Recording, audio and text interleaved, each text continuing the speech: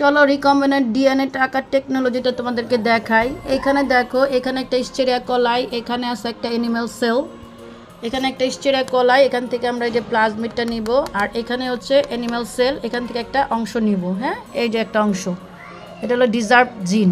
তারপরে এইটাকে এই রিকম্বিনেন্ট ডিএনএর অংশটা এইটুকু কেটে ফেলে দিয়েছি, কেটে এই অংশটা এখানে অ্যাড করব।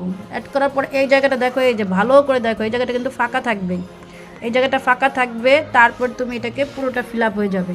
এতগুলো কালার আমরা ইউজ করব না, শুধু এইটাকে ব্ল্যাক করব।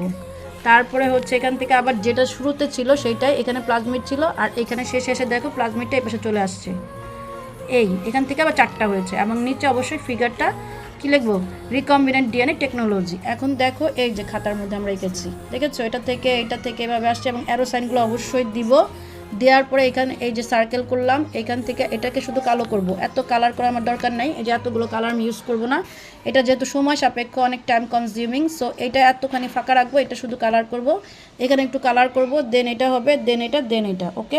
এবং সবগুলো লেবেলিং একই দিকে হবে, এক সমানে হবে, লেবেলিং আঁকাবাঁকা করে করা যাবে না। এবং এই প্রশ্নে আনসার যখন আমরা দিব, তখন এখান থেকে চিঠি লেখার মতো এখান থেকে শুরু করব, এখানে শেষ করব। Thank you so much for watching us, bye by.